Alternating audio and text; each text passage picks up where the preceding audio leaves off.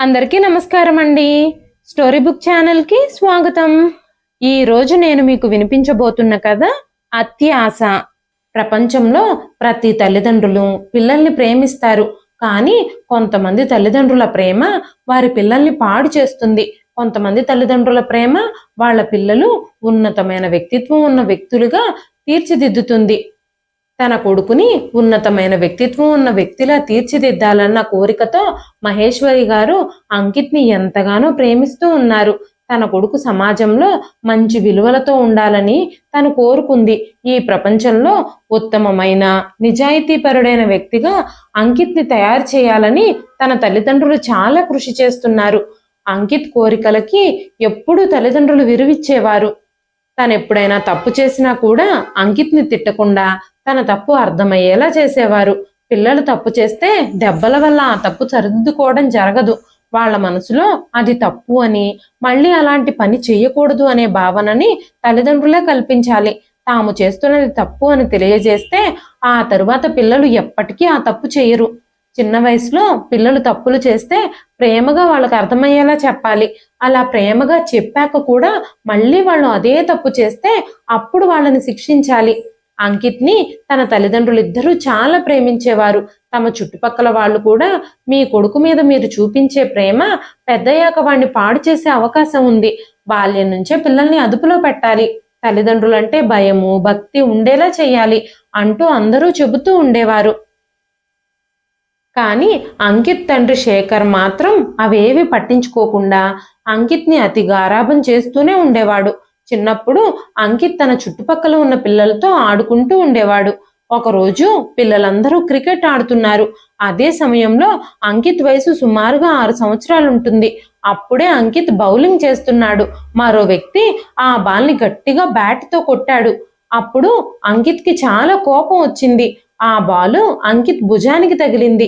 దాంతో కోపంగా ఉన్న అంకిత్ రోడ్డు మీద ఒక రాయిని తీసుకొని దాన్ని పైకెత్తాడు. అంకిత్ ఆ అబ్బాయి మీదకి ఆ రాయి విసిరాడు. ఆ రాయి విసిరినందుకు ఆ అబ్బాయికి దెబ్బ తగిలింది. దాంతో భయపడి మిగతా పిల్లలందరూ అక్కడి నుంచి పారిపోయారు. దెబ్బ తగిలిన పిల్లాడు మాత్రం అక్కడే కూర్చుని ఏడుస్తూనే ఉన్నాడు. అంకిత్ కూడా అక్కడి నుంచి పారిపోయాడు.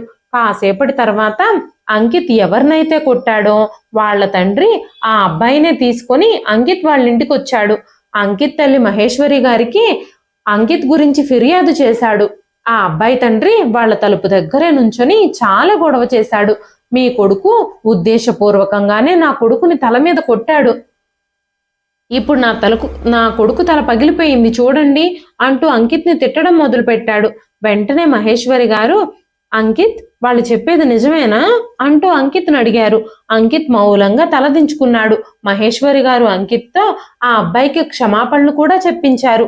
ఆ తర్వాత మహేశ్వరి గారు ఆ వ్యక్తితో, మమ్మల్ని క్షమించండి, మా కొడుకుకి క్రికెట్లో మంచిగా ట్రైనింగ్ ఇప్పిస్తాము. మా అబ్బాయి తప్పు చేశాడు. ఇంకెప్పుడు ఇలాంటి తప్పు వాడి వల్ల జరగకుండా నేను చూసుకుంటాను అని ఆవిడ చెబుతున్నా సరే ఆ అబ్బాయి తండ్రి అక్కడ చాలా పెద్ద గొడవ చేస్తూ ఉన్నాడు. ఎందుకంటే ఆ అబ్బాయికి నుదిటి పైన చాలా లోతైన గాయం తగిలింది. అంతేకాకుండా 2 కుట్లు కూడా పడ్డాయి. దీనంతటికీ ఎవరు మూల్యం చెల్లిస్తారు? మా కొడుకుకి మందుల ఖర్చులు ఎవరు భరిస్తారు? మాకంత శక్తి సామర్థ్యాలు లేవు, ఆస్తిపాస్తులు లేవు. మీరు ఇలా దెబ్బలు తగిలిస్తే మేము ట్రీట్మెంట్ చేయించుకోవడానికి అని మాట్లాడుతూ ఉండగానే అదే సమయంలో అంకిత్ తండ్రి శేఖర్ అక్కడికి వచ్చాడు. శేఖర్ని చూసినప్పుడు ఆ అబ్బాయి తండ్రి ఇంకా పెద్ద గొడవ చేయడం మొదలుపెట్టాడు. మెల్లమెల్లగా మాట పెరిగి ఆ గొడవ చాలా పెద్దదైపోయింది. మహేశ్వరి గారు చాలా కోపంగా అంకిత్ని లోపలికి తీసుకెళ్లి తిట్టడం మొదలుపెట్టారు. నువ్వు ఇలా చేయకపోతే ఈ రోజు ప్రశాంతంగా గడిచిపోయేది. ఇప్పుడు చూడు, మీ నాన్నగారికి ఆయనకి మధ్యలో చాలా పెద్ద గొడవ జరుగుతుంది.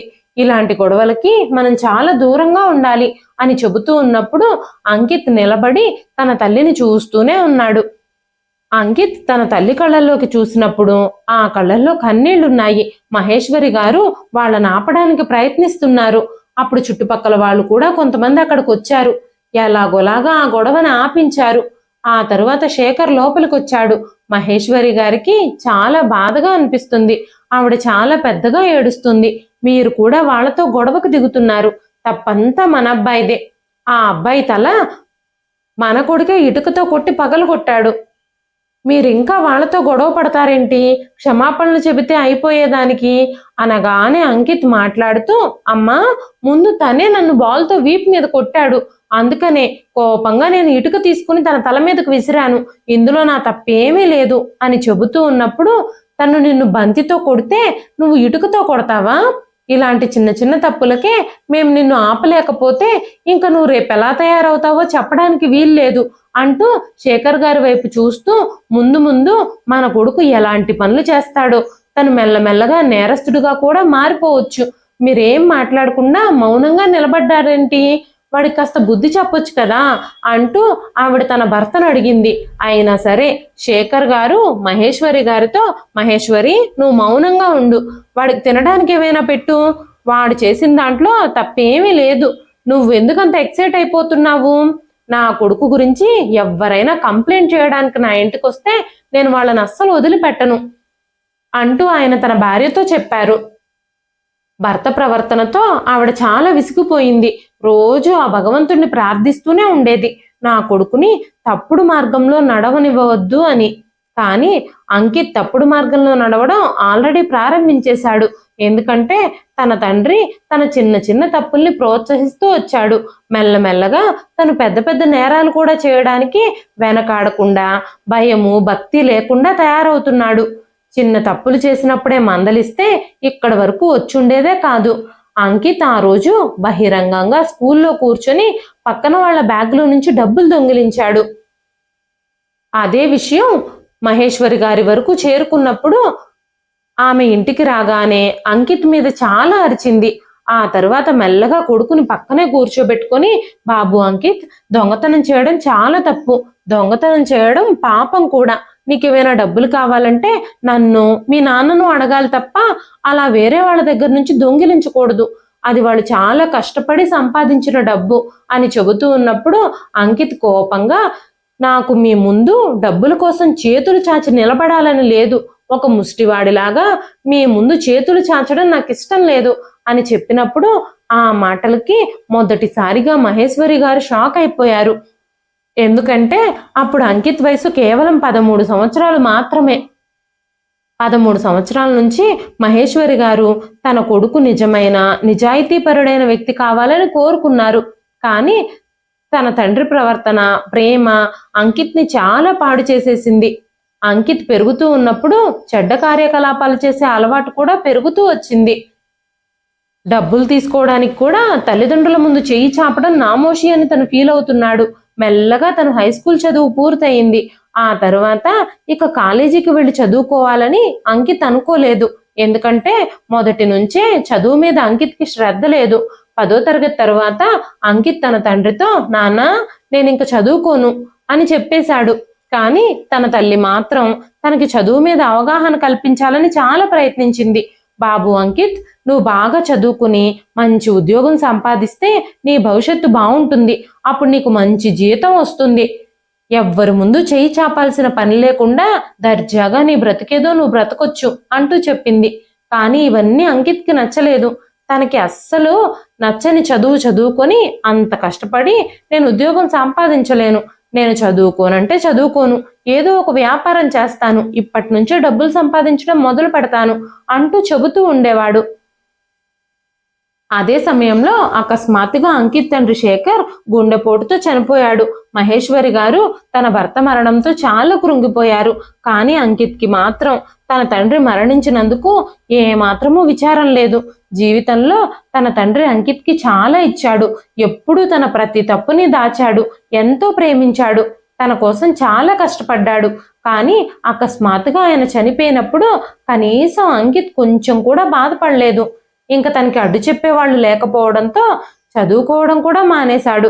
అప్పుడు మహేశ్వరి గారు, బాబు అంకిత్, ఇప్పుడు నువ్వు నా కోరికను ఎలాగైనా నెరవేర్చాలి, నువ్వు బాగా చదువుకోవాలి, మీ నాన్నగారు కూడా ఈ ప్రపంచంలో లేరు, నువ్వు బాగా చదివి ప్రయోజకుడు అయ్యి ఈ ఇంటిని మంచిగా నడిపించాలని నేను కోరుకుంటున్నాను. నువ్వు బాగా చదువుకొని ఉద్యోగం సంపాదించకపోతే మన ఇల్లు ఎలా నడుస్తుంది? ఏది ఏమైనా సరే మంచి భవిష్యత్తు కోసం విద్య ఒక్కటే మార్గం అని అంకిత్కి నచ్చజెప్పాలని ప్రయత్నించింది ఆవిడ. నేను చదువుకోవాల్సిన, పని చేయాల్సిన అవసరం లేదు. నాన్న సంపాదించిన డబ్బులతో నేను ఏదైనా వ్యాపారం చేస్తాను అంటూ చెప్పగానే మహేశ్వరి గారు తన కొడుకు ముందు చేతులు జోడించి, బాబు నీకు దండం పెడతాను, నువ్వు నీ చదువును మధ్యలో అసంపూర్ణంగా వదిలేయొద్దు. నువ్వు బాగా చదువుకుంటావు, నీ మీద నాకు నమ్మకం ఉంది. కనీసం ఇంటర్మీడియట్ అన్నా పాస్ అయితే చిన్న చిన్న ఉద్యోగాలు ఏవైనా వస్తాయి. 10వ తరగతికి నువ్వేం ఉద్యోగం చేయగలుగుతావు అని ఎంతగానో ఆవిడ బతిమాలినప్పుడు అంకిత్ తన తల్లి మాటలకి తల ఊపాడు. ఎందుకంటే మహేశ్వరి గారు చాలా ఏడుస్తున్నారు. పైగా ఇప్పుడు ఆవిడ ఒక వితంతువు కూడా అయ్యింది. ఇప్పుడు ఇరుగు పొరుగు వాళ్ళు కూడా అంకిత్కి వివరించి చెప్పారు, మీ అమ్మ ఇప్పుడు ఒంటరి ఆడది, తనకు విధేయత చూపించు, మీ అమ్మ చెప్పినట్టుగా విను, మీ అమ్మని జాగ్రత్తగా చూసుకో, తన మాటకి ఎదురు చెప్పొద్దు, తన్ని బాధ పెట్టొద్దు అంటూ అందరూ చెబుతున్నప్పుడు అంకిత్ ఆ మాటలు విని తన తల్లి ప్రతిపాదనకు ఒప్పుకున్నాడు. కొన్ని రోజులు గడిచాక తను కాలేజీకి వెళ్ళి చదువుకోవడం మొదలుపెట్టాడు. ఇప్పుడు ఆ ఇంట్లో సంపాదన కోసం వేరే మార్గం ఏమీ లేదు. మహేశ్వరి గారు తన కొడుకు కాలేజీ ఫీజులను కూడా కట్టాల్సింది, ఇంటి ఖర్చులు కూడా ఉన్నాయి. శేఖర్ గారు సంపాదించిన డబ్బంతా అప్పులకే ఖర్చు అయిపోయింది. ఇప్పుడు వాళ్ళకి మద్దతు ఇచ్చే వాళ్ళు కూడా ఎవ్వరూ లేరు.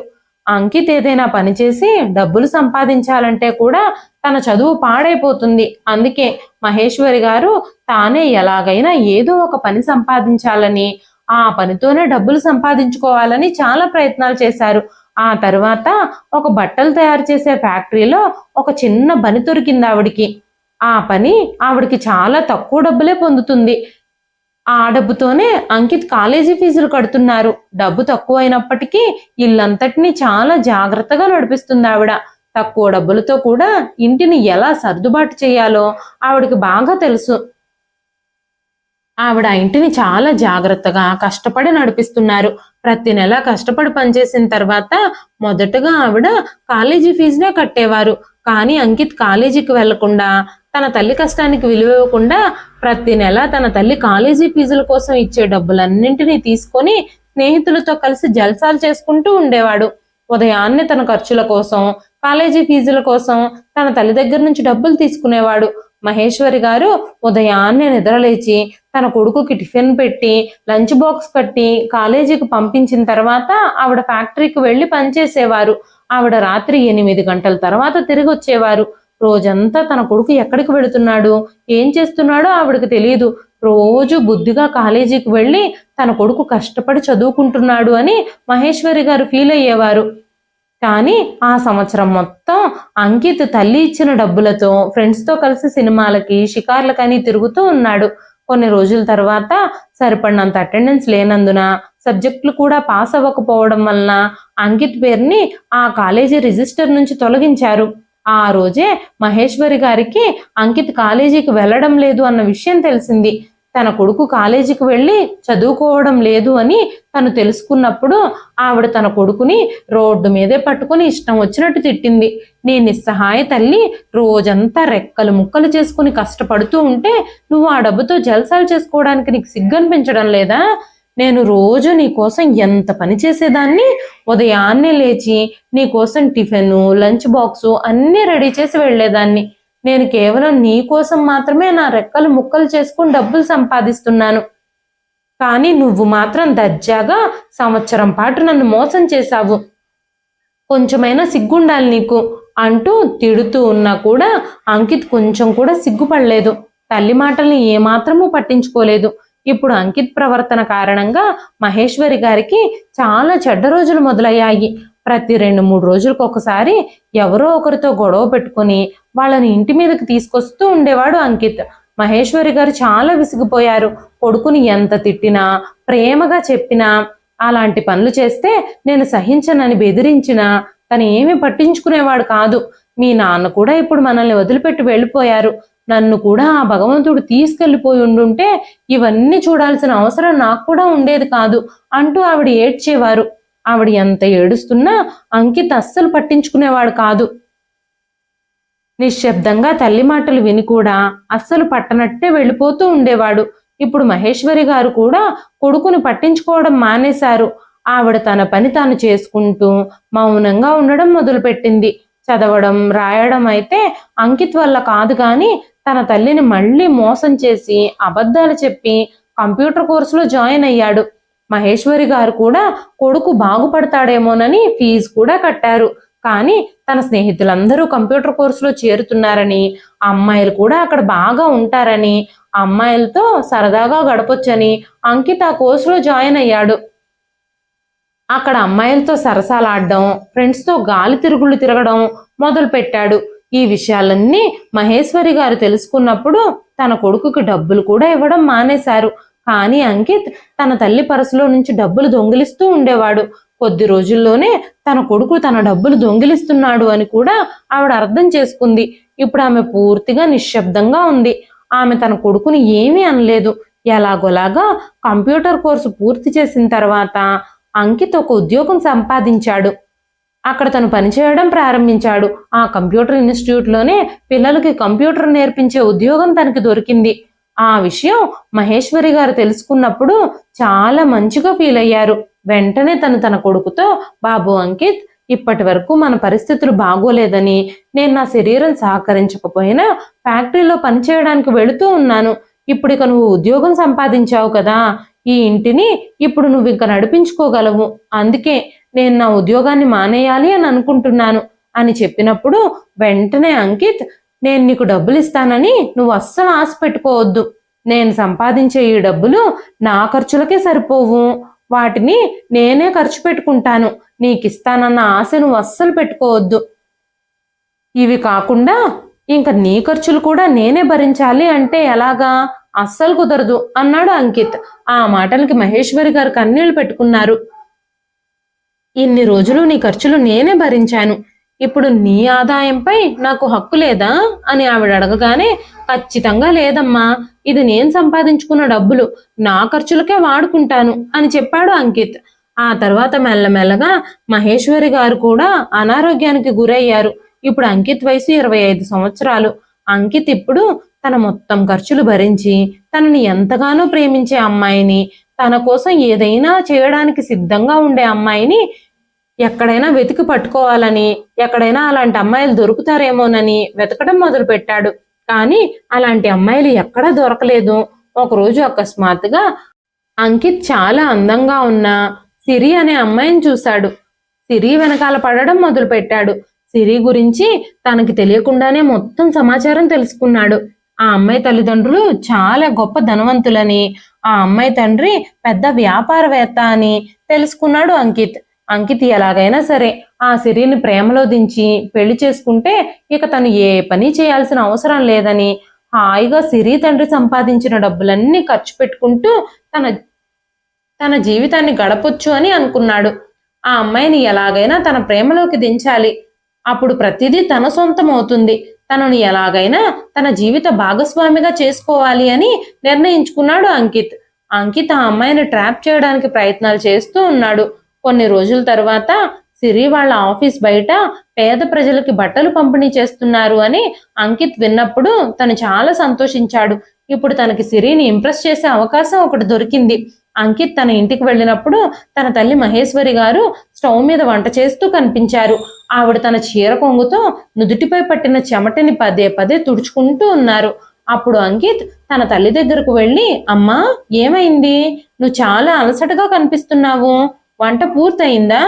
ఈ రోజు నేను నీతో కలిసే భోజనం చేయాలి అని అనుకుంటున్నాను అని చెప్పినప్పుడు మహేశ్వరి గారు తన కొడుకుకి భోజనం వడ్డించి ఆవిడ కూడా భోజనం ప్లేట్లో పెట్టుకొని ఆ కొడుకు పక్కనే కూర్చున్నారు. ఆవిడ పూర్తిగా నిశ్శబ్దంగా ఉంది. అప్పుడు అంకిత్, అమ్మా, నాకు ఇప్పుడు నీ సహాయం కావాలి, నాకు ఒక పెద్ద ఉద్యోగం కావాలి అని చెప్పినప్పుడు, నీకు ఆల్రెడీ కంప్యూటర్ ఇన్స్టిట్యూట్లో ఉద్యోగం దొరికింది కదా, పిల్లలకి కంప్యూటర్ నేర్పించే ఉద్యోగం. ఆ ఉద్యోగం ఆల్రెడీ నువ్వు చేస్తున్నావు కదా, ఇంకా మరింకే ఉద్యోగం కావాలి నీకు అని అడిగినప్పుడు, అమ్మా, ఆ ఉద్యోగం నాకు సరిపోవడం లేదమ్మా, జీతం చాలా తక్కువ వస్తుంది. అందుకే నేను పెద్ద కంపెనీలో మంచి ఉద్యోగం సంపాదించాలి అని అనుకుంటున్నాను అని చెప్పగానే, అంత పెద్ద ఉద్యోగం నువ్వు సంపాదించాలి అని అంటే కనీసం నువ్వు డిగ్రీ అయినా పాస్ అయి ఉండాలి కదా, కానీ నువ్వు అసలు చదువుకోనే లేదు, 10వ తరగతే కదా నీ క్వాలిఫికేషను, నీకు అక్కడ ఎలాంటి ఉద్యోగం దొరుకుతుంది, అయినా నీకెవరు ఉద్యోగం ఇస్తారు అని మహేశ్వరి గారు అనగానే, అంకిత్, అమ్మా, రేపు ఆ కార్యాలయం బయట పేదవాళ్ళకి బట్టలు పంచుతున్నామని ప్రకటించారు. నువ్వు ఆ పేదవాళ్ళ వరుసలో నిలబడు. నీ సమయం వచ్చినప్పుడు నువ్వు వాళ్ళిచ్చే బట్టల్ని తిరస్కరించాలి.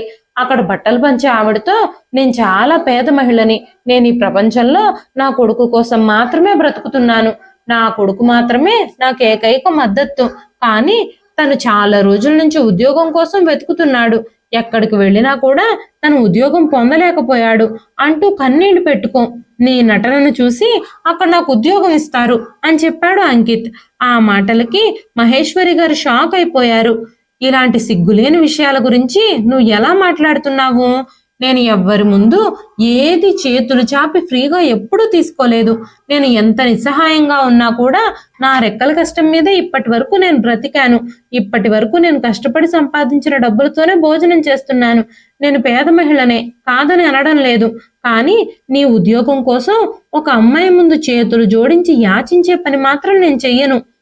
నువ్వు ఎన్ని చెప్పినా కూడా నేను ఈ పని చెయ్యలేను అని స్పష్టంగా కరాఖండిగా చెప్పేశారు మహేశ్వరి గారు. వెంటనే అంకిత్ తన తల్లిని ఎమోషనల్ గా బ్లాక్మెయిల్ చేయడం మొదలు పెట్టాడు. అమ్మా, ఇప్పటి వరకు నేను నిన్ను చాలా ఇబ్బంది పెట్టాను, కానీ ఇప్పటి వరకు నేను చేసిన ప్రతి తప్పుకి నువ్వు నన్ను క్షమించు అంటూ తన తల్లి పాదాల మీద పడ్డాడు. అమ్మా, దయచేసి నన్ను అర్థం చేసుకో. ఇది నాకు చాలా మంచి అవకాశం. నువ్వు ఈ పని చెయ్యకపోతే నా భవిష్యత్తు అంతా చెడిపోతుంది. నాకు ఆ సంస్థలో ఉద్యోగం వస్తే నా భవిష్యత్తు బాగుపడుతుంది, నా జీవితం కూడా బాగుంటుంది. నువ్వు ఇక ఎప్పటికీ పని చేయాల్సిన అవసరం ఉండదు. దయచేసి నా అభ్యర్థనని అంగీకరించమ్మా. ఈ ఒక్క చిన్న సహాయము నాకు చెయ్యి అంటూ తన తల్లిని కాళ్ళు పట్టుకుని బతిమాలుతూనే ఉన్నాడు అంకిత్. తన కొడుకు కన్నీళ్లను చూసి మహేశ్వరి గారు చెల్లించిపోయారు. తన ఉద్యోగం కోసమే కదా అడుగుతున్నాడు అని ఆ పని చేయడానికి ఒప్పుకున్నారు ఆవిడ. కానీ ఆవిడ ఆ పని చేయడానికి చాలా ఇబ్బంది పడుతుంది. ఇవన్నీ చేయడం ఆవిడకి అంత తేలికైన పని కాదు. తనకి నటించడం రాదు. అలా యాచించడం అస్సలు ఇష్టం ఉండదు. కానీ కొడుకు కోసం ఇవన్నీ చేయక తప్పడం లేదు.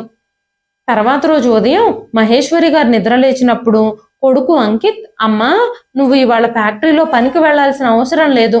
మనం ఆ కార్యాలయం ముందు పేదవాళ్ళకి బట్టలు పంచే కార్యక్రమానికి వెళదాం అని చెప్పి బ్లేడ్ తీసుకొని తన తల్లి చీరని అక్కడక్కడ బ్లేడ్తో కట్ చేయడం మొదలు పెట్టాడు. బాబు, నువ్వేం చేస్తున్నావు? నా బట్టలు ఎందుకు చించేస్తున్నావు అని మహేశ్వరి గారు అడిగినప్పుడు, నువ్వు ఇలా నలిగిపోయిన చిరిగిపోయిన బట్టల్లో చాలా సమస్యలున్న మహిళలా కనిపించినప్పుడే ఆ అమ్మాయి నీ మీద జాలి చూపిస్తుంది. తను నీ మీద జాలిపడాలంటే నువ్వు దీనంగా ఉండాలి కదా అని చెప్పాడు అంకిత్. మహేశ్వరి గారు ఆ చిరిగిపోయిన బట్టల్లో ఆ కార్యాలయం ముందుకు వెళ్ళి నిలబడ్డారు. సిరి పేదవాళ్లకు బట్టలు పంచడానికి బయటకు వచ్చింది. పేద ప్రజలందరూ వరుసలో నిలబడ్డారు. అంకిత్ తన తల్లిని కూడా అక్కడ వరుసలోకి వెళ్లి నిలబడమని అడిగాడు. దూరం నుంచి అంకిత్ అక్కడ జరుగుతున్న కార్యక్రమం అంతా చూడడం ప్రారంభించాడు. కొంతసేపటి తర్వాత లేత నీలం రంగు సూట్ ధరించి అటు ఇటు బాడీ గార్డ్స్ తో సిరి బయటకు వచ్చింది. తన కళ్ళకున్న కళ్ళద్దాలు తొలగించి ప్రజలందరికీ బట్టలు పంపిణీ చేయడం మొదలుపెట్టింది. అంకిత్ దూరం నుంచి చూస్తూ ఉన్నాడు. సైగలతో తన తల్లికి, నువ్వు చాలా బాగా నటించాలి, దొరికిన ఈ అవకాశాన్ని వేస్ట్ చేసుకోవద్దు అంటూ చెబుతూనే ఉన్నాడు. మహేశ్వరి గారి కళ్ళల్లో నీళ్లు తిరుగుతున్నాయి. మహేశ్వరి గారి వంతు వచ్చినప్పుడు సిరి తన చేతుల్లో బట్టలు తీసుకొని ఆవిడ వైపు నడిచింది. ఆవిడ చేతికి ఆ బట్టలు ఇస్తూ ఉన్నప్పుడు వెంటనే ఆవిడ చేతులు జోడించి, మేడం గారు, ఇవన్నీ నాకు అక్కర్లేదు. నాకు మీరిచ్చే బట్టలతో అవసరం లేదు. నా జీవితంలో నాకున్నది ఒకే ఒక్క కొడుకు. తను మా కుటుంబాన్ని నడిపించడానికి చాలా కష్టపడుతున్నాడు. నా కొడుకుకి మీ కంపెనీలో ఏదైనా ఉద్యోగం ఇవ్వాలని నేను కోరుకుంటున్నాను. నా జీవితం అంతా నేను మీకు రుణపడి ఉంటాను. ఈ సాయం గనక నాకు మీరు చేస్తే, మీరు చేసిన ఈ సహాయాన్ని నేను ఈ జన్మలో మరిచిపోలేను. నేను మీ ముందు చేతులు జోడించి అడుగుతున్నాను. నాకు మీ బట్టలు అవసరం లేదు. నా శరీరంపై కొత్త బట్టలు ఉండాలి అన్న కోరిక నాకు లేదు. నాకున్నవి నాకు సరిపోతాయి. కానీ ఈ సమయంలో నా కొడుకుకి ఉద్యోగం రావడం నాకు చాలా అవసరం. తన జీవితాన్ని తన కాళ్ళ మీద తను నిలబడి జీవించగలుగుతాడు. మీరు కాస్త దయచేసి నా కొడుకుకి ఏదైనా ఉద్యోగం ఇప్పించండి అని చెబుతూ ఉన్నప్పుడు అంకిత్ దూరంగా నిలబడి, అమ్మా, నువ్వు చాలా బాగా నటిస్తున్నావు. ఇప్పుడు ఆవిడ నీ నటనకు కరిగిపోయి నాకు ఉద్యోగం ఇచ్చేస్తుంది అని సంతోషంగా చూస్తూనే ఉన్నాడు. అంతలోనే సిరి వాళ్ళ మేనేజరు, అమ్మా మీరు బట్టలు తీసుకోకపోతే పక్కకు తప్పుకోండి, వేరే ఎవరైనా తీసుకుంటారు, ఇక్కడ అనవసరపు ప్రసంగాలు వద్దు, మాకు చాలా పనుంది, ఇంకా చాలా మంది వరుసలో నిలబడున్నారు, వాళ్ళందరికీ మేము బట్టలు పంచాలి అంటూ ఆమెను పక్కకు వెళ్ళిపోమ్మని చెప్పాడు. వెంటనే మహేశ్వరి గారు సిరి పాదాలు పట్టుకుని నేల మీద కూర్చుని, మీ కంపెనీలో నా కొడుకుకు ఒక చిన్న ఉద్యోగం ఇవ్వడం వల్ల మీకు ఎలాంటి నష్టము జరగదు, దయచేసి ఆలోచించండి, నాకు ఎలాగైనా సహాయం చేయండి అంటూ చేతులు ముడుచుకొని ప్రాధేయపడుతూనే ఉంది. ఆవిడ్ని చూసి సిరి జాలిపడింది. వెంటనే సిరి, మీ అబ్బాయి ఏం చదువుకున్నాడమ్మా, అతని క్వాలిఫికేషన్ ఏంటి అంటూ ఆమెను అడిగినప్పుడు వెంటనే మహేశ్వరి గారు, మా అబ్బాయి 10వ తరగతి పాస్ అయ్యాడండి, ఆ తర్వాత మా పేదరికం వల్ల చదువుకోలేకపోయాడు, కానీ మా అబ్బాయి చాలా షార్ప్, కంప్యూటర్ నేర్చుకుని కంప్యూటర్ క్లాసులు అందరికీ చెబుతూ ఉన్నాడు, కంప్యూటర్ కూడా బాగా ఆపరేట్ చేస్తాడు, మీరు అతన్ని ఇంటర్వ్యూకి పిలిచి తనని ఇంటర్వ్యూ చేసిన తర్వాత మీరు అస్సలు నిరాశపడరు, తనకు టాలెంట్ ఉందనుకుంటేనే మీరు తనకు ఉద్యోగం ఇవ్వండి, తన తెలివితేటలు పరీక్షించిన తర్వాతే మీరు నా కొడుకుకు ఉద్యోగం ఇవ్వాలా వద్దా అన్నది డిసైడ్ చేయండి అంటూ ఆవిడ మాట్లాడుతూ ఉంది. మేనేజర్ ముఖంలోని భావాలన్నీ మారుతూ ఉన్నాయి. అతను మళ్ళీ ఏదో మాట్లాడడానికి ప్రయత్నించాడు. అప్పుడు సిరి తనని చేతితో ఆపి, సరే రేపు మీ కొడుకుని మా కంపెనీకి ఇంటర్వ్యూకి రమ్మని చెప్పండి, కానీ మీరు ఈ బట్టలు కూడా తీసుకోండి అంటూ సిరి తన చేతికి బలవంతంగా ఆ బట్టలు ఇచ్చింది. మహేశ్వరి గారు తన కన్నీళ్లు తుడుచుకుంటూ తిరిగి ఇంటికి వచ్చేశారు. తను ఒకరి ముందు కాళ్ళు పట్టుకొని ప్రాధేయపడినందుకు తన పరిస్థితికి తానే చాలా సిగ్గుపడింది. తను ఇంట్లో కూర్చుని ఏడుస్తూ ఉంది. అదే సమయంలో అంకిత్ చాలా సంతోషంగా ఇంటికొచ్చాడు. కానీ మహేశ్వరి గారు మాత్రం విచారంగానే ఉన్నాడు. వెంటనే అంకిత్ మహేశ్వరి గారి దగ్గరకు వచ్చి, అమ్మా నువ్వు భలే యాక్టింగ్ చేశావు, నీకు చాలా చాలా ధన్యవాదాలు, నువ్వు అలా చేయగలవని నేను అస్సలు ఊహించలేదు అని చెబుతూ ఉండగానే మహేశ్వరి గారు, బాబు కృతజ్ఞతలు చెప్పాల్సిన అవసరం లేదు, తల్లి తన బిడ్డల కోసం ప్రతీదీ చేయగలదు అని చెప్పి తన పనిలో తను నిమగ్నం అయిపోయింది. ఆ తరువాత అంకిత్ చాలా ఆనందపడటం మొదలుపెట్టాడు. నాకు ఆఫీస్లో ఇక మంచి ఉద్యోగం దొరుకుతుంది, ఇక సిరిని ఈజీగా నేను లైన్లో పెట్టేయగలుగుతాను అంటూ ఊహించుకోవడం మొదలుపెట్టాడు. తర్వాత రోజే అంకిత్ ఇంటర్వ్యూకి వెళ్ళాడు. అక్కడ సిరి తన క్యాబిన్లో కుర్చీలో దర్జాగా కూర్చునుంది. చూడగానే తన స్మార్ట్నెస్ సిరిని ఆకట్టుకుంది. తను అంకిత్ గురించి అడిగినప్పుడు అంకిత్ తన ముఖాన్ని విచారంగా పెట్టుకొని తన కళ్ళల్లో బలవంతంగా కన్నీళ్లు తెచ్చుకొని, నేను చాలా కలత చెందుతున్నాను, నేను చాలా పేదరికంలో ఉన్నాను మేడం అంటూ చెప్పాడు. సిరి కూడా అంకిత్ మీద జాలి తెచ్చుకుంది. మేడం నా గురించి నన్ను ఏం చెప్పమంటారు, నేను కేవలం 10వ తరగతి మాత్రమే పాస్ అయ్యాను, నేను ఉన్నత విద్యావంతుణ్ణి మాత్రం కాదు, మీ కంపెనీలో ఏ ఉద్యోగము చేయడానికి నాకు అర్హత లేదు, ఇంత పెద్ద కంపెనీలో నాలాంటి కేవలం హై స్కూల్ చదువు మాత్రమే చదివిన వ్యక్తికి 10వ తరగతి మాత్రమే పాస్ అయిన వాడికి ఉద్యోగం ఎలా ఇస్తారు, ఇంత పెద్ద కంపెనీలో పనిచేయాలంటే కనీసం డిగ్రీ అయినా ఉండాలి, కానీ నా దగ్గర ఏమీ లేదు, అందుకే నేను నా తల్లిని చాలా తిరస్కరించాను, కానీ తను నన్ను ఈ ఇంటర్వ్యూకి వెళ్ళాలని పట్టుబట్టింది, కేవలం మా అమ్మ సంతోషం కోసమే నేను ఈ ఇంటర్వ్యూకి వచ్చాను, ఆవిడ మిమ్మల్ని బ్రతిమాలినందుకు మీ ముందు ప్రాధేయపడినందుకు నేను చాలా ఇబ్బంది పడుతున్నాను అని మాట్లాడుతూ ఉండగానే వెంటనే సిరి, మీరు నా ఏ ప్రశ్నలకి సమాధానం ఇవ్వాల్సిన అవసరం లేదు, మీరు మీ కన్నీళ్లను తుడుచుకోండి, మీ అమ్మగారు చాలా మంచి మహిళ, నాకు ఆవిడ చాలా నచ్చారు, ఆవిడ ప్రతి మాటలోనూ నిజాయితీ ఉంది,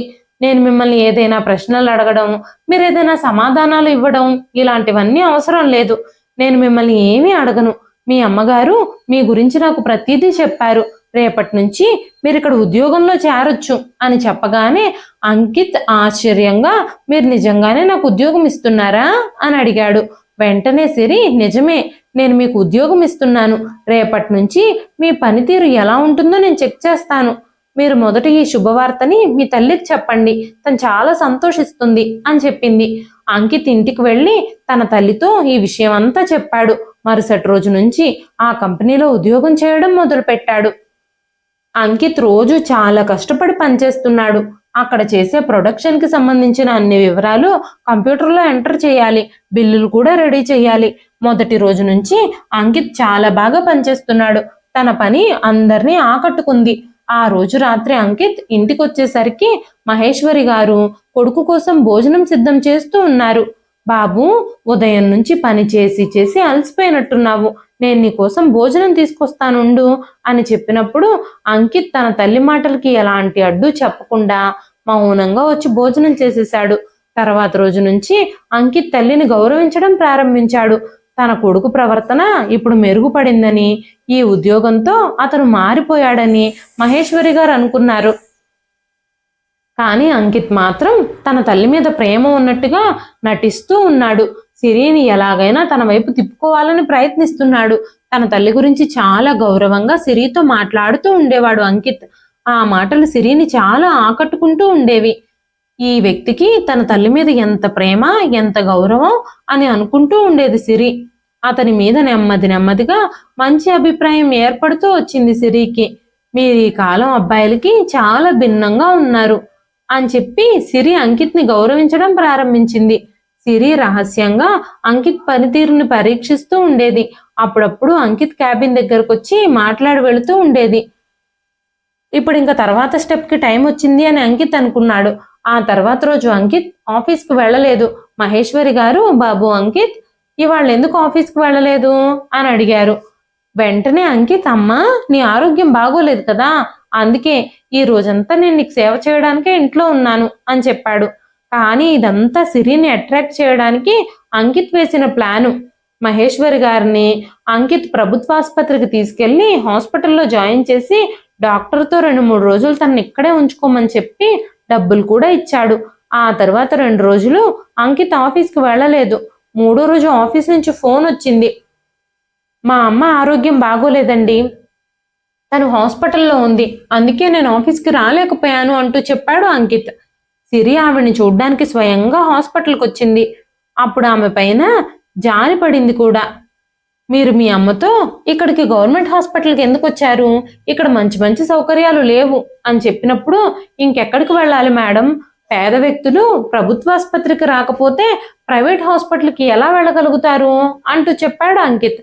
అప్పుడు సిరి 10,000 రూపాయలు చెక్కు రాసి అంకిత్కి ఇచ్చి, ఇవి మీ అమ్మ ఆరోగ్యం కోసం నేను ఇస్తున్న డబ్బులు, ఇవి నాకు తిరిగి ఇవ్వాల్సిన అవసరం లేదు, మీ అమ్మగారిని వెంటనే ప్రైవేట్ ఆసుపత్రికి తీసుకెళ్ళండి, తనకు కావలసిన వైద్యం చేయించండి అని చెప్పింది. సిరికి నిస్సహాయ స్థితిలో ఉన్న వ్యక్తులను చూస్తే జాలిపడ్డం తన వీక్నెస్. ఆ వీక్నెస్ని అడ్డం పెట్టుకునే లేనిపోని అబద్ధాలన్నీ చెప్పి సిరి నుంచి ఒక బైక్ కూడా బహుమతిగా పొందాడు అంకిత్. ఆ తర్వాత మెల్లగా తన మాటలతో చేష్టలతో సిరి దగ్గర చనువు ఏర్పరచుకున్నాడు. ఆ తర్వాత మెల్లగా మంచి సమయం చూసుకొని సిరితో తన్ని పెళ్లి చేసుకోవాలని అనుకుంటున్నానని, మీలాంటి వ్యక్తి నా జీవితంలోకి వస్తే నా జీవితం చాలా ఆనందమయంగా మారుతుందని చెప్పాడు.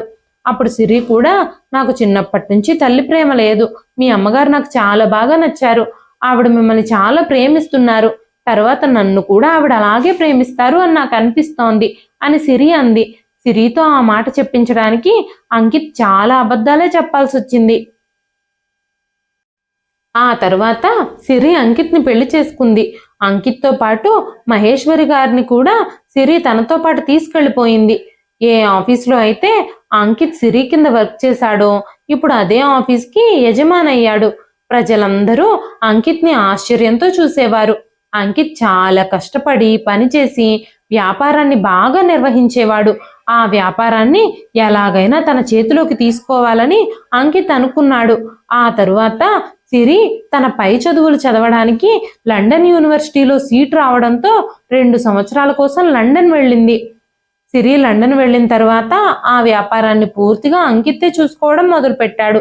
అదే సమయంలో అంకిత్ తనతో వ్యాపారంలో పోటీ పడే మరో వ్యాపారవేత్తతో స్నేహ సంబంధం ఏర్పరచుకోవడానికి ప్రయత్నించాడు. అతనికి ఒక కూతురు కూడా ఉంది. తన పేరు అను.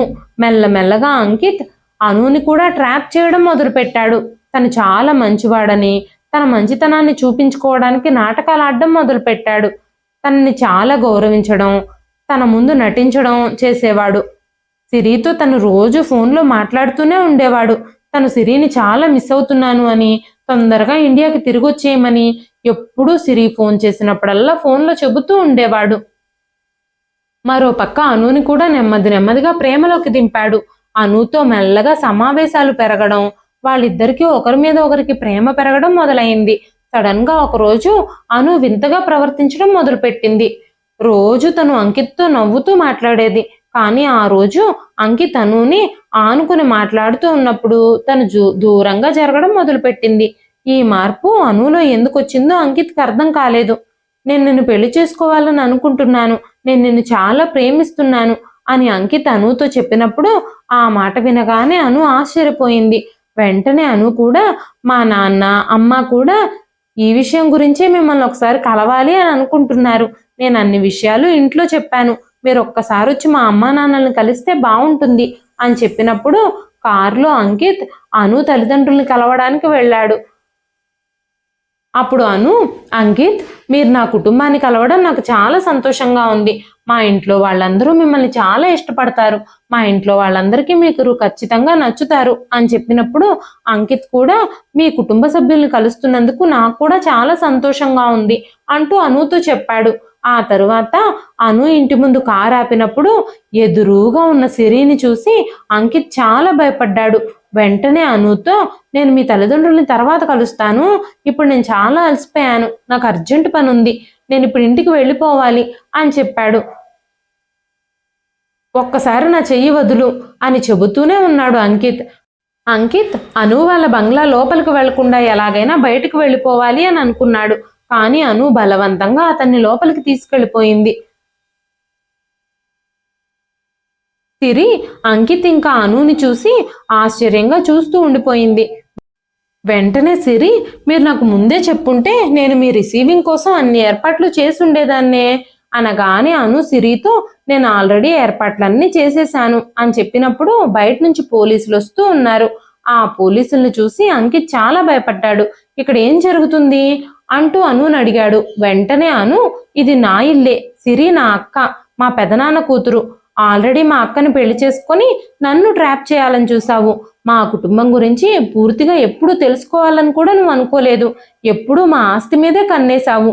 మా అక్క ఎవ్వరూ లేని ఒంటరి అమ్మాయిని నువ్వు అనుకున్నావు కదా, కాబట్టే సులభంగా ట్రాప్ చేసి మోసం చేయొచ్చు అనుకున్నావు కదా. నాటకాలాడి ఆ కంపెనీలో జాబ్ సంపాదించి పెళ్లి కూడా చేసుకున్నావు. మా అక్క లండన్ వెళ్ళగానే నన్ను ప్రేమలో దించడానికి ప్రయత్నించావు. వీటన్నింటికి ఖచ్చితంగా నువ్వు శిక్షను పొందుతావు అని చెప్పింది అను. సిరి తనని మోసం చేసినందుకు అంకిత్ని అసహించుకోవడం మొదలుపెట్టింది. అప్పుడు అంకిత్, సిరి నేను నిన్ను మాత్రమే ప్రేమిస్తున్నాను, ఈ అను అన్ని అబద్ధాలే చెప్తుంది, నన్ను మోసం చేసి ఇక్కడికి తీసుకొచ్చింది, ఈ అనుకి నాకు ఎలాంటి సంబంధం లేదు, తను చెప్పేవన్నీ అబద్ధాలు, మన ఇద్దరి మధ్య సంబంధాన్ని చెడగొట్టాలని చూస్తుంది ఈ పిల్ల అని చెప్పినప్పుడు మహేశ్వరి గారు కూడా అక్కడే ఉన్నారు. వెంటనే ఆవిడ అంకిత్ని లాగి పెట్టి కొట్టి, నువ్వు నీ జీవితంలో ఎన్నో పాపాలు చేశావు, తప్పులు చేశావు, సిరిని నిజంగా ప్రేమించి పెళ్లి చేసుకున్నావని మాత్రమే నేను అనుకున్నాను, నువ్వు మారిపోయావనుకున్నాను, కానీ ఇప్పటికి కూడా నీ బుద్ధిని చూపిస్తూనే ఉన్నావు, నువ్వు ఎప్పటికీ మారవు అని నాకు అనిపిస్తోంది, నువ్వు ఎవరినైనా మోసం చేయగలవు, ఎవరి జీవితంతోనైనా ఆడుకోగలవు అంటూ మహేశ్వరి గారు సిరితో స్వయంగా నా ఒంటి మీద బట్టలు చింపి మీ ముందు ఉద్యోగం కోసం అడుక్కునేలా చేశాడు నా కొడుకు. ఆ రోజు నేను అనారోగ్యంతో ఉన్నట్టు హాస్పిటల్లో ఉండడం కూడా తను ఆడిన నాటకమే, కానీ నా కొడుకు నిన్ను నిజంగా ప్రేమించాడని నేను అనుకున్నాను, అందుకే మీ పెళ్లికి నేను ఎలాంటి అడ్డు చెప్పలేదు, లేదంటే వీడి బుద్ధిని అప్పుడే బయట పెట్టేదాన్ని. అమ్మా సిరి, నన్ను క్షమించమ్మా అంటూ సిరికి క్షమాపణలు చెప్పారు మహేశ్వరి గారు. ఆ తర్వాత పోలీసులు అంకిత్కి సంకెళ్ళు వేసి జైలుకి తీసుకెళ్లారు. సిరి మహేశ్వరి గారితో, అమ్మా మీరు నన్ను నిజంగా ప్రేమించారు, నాకు మా అమ్మ ప్రేమని రుచి చూపించారు, మీరు నాతోనే ఉండాలని నేను కోరుకుంటున్నాను, మిమ్మల్ని మా అమ్మలా చూసుకుంటాను అంటూ సిరి చెప్పింది. మహేశ్వరి గారు పోలీసులతో వెళ్తున్న తన కొడుకుని చూస్తూ, చిన్నప్పటి నుంచి నీ ప్రవర్తన మార్చుకోమని, నీ తప్పుల్ని సరిదిద్దుకోమని ఎన్నోసార్లు చెప్పాను నేను, కానీ నువ్వు జైలుకు వెళ్లే వరకు తెచ్చుకున్నావు, ముందే నా మాట వినుంటే ఇవన్నీ తప్పించుకునేవాడివి, నువ్వు చేసిన తప్పులకి ఆ జైల్లోనే శిక్ష అనుభవించు, అప్పుడే నీకు బుద్ధి వస్తుంది అంటూ చెప్పారు. సిరి అంకిత్కి విడాకులిచ్చి తనతో బంధాన్ని శాశ్వతంగా తెంచేసుకుంది. అంత మంచి జీవితం దొరికినా కూడా సంతృప్తి పడకుండా అత్యాశకు పోతే ఇలానే జరుగుతుంది. అంకిత్ తన బుద్ధికి తగిన ప్రతిఫలాన్ని అనుభవిస్తూ ఉన్నాడు. ఇదండి ఈ రోజు కథ.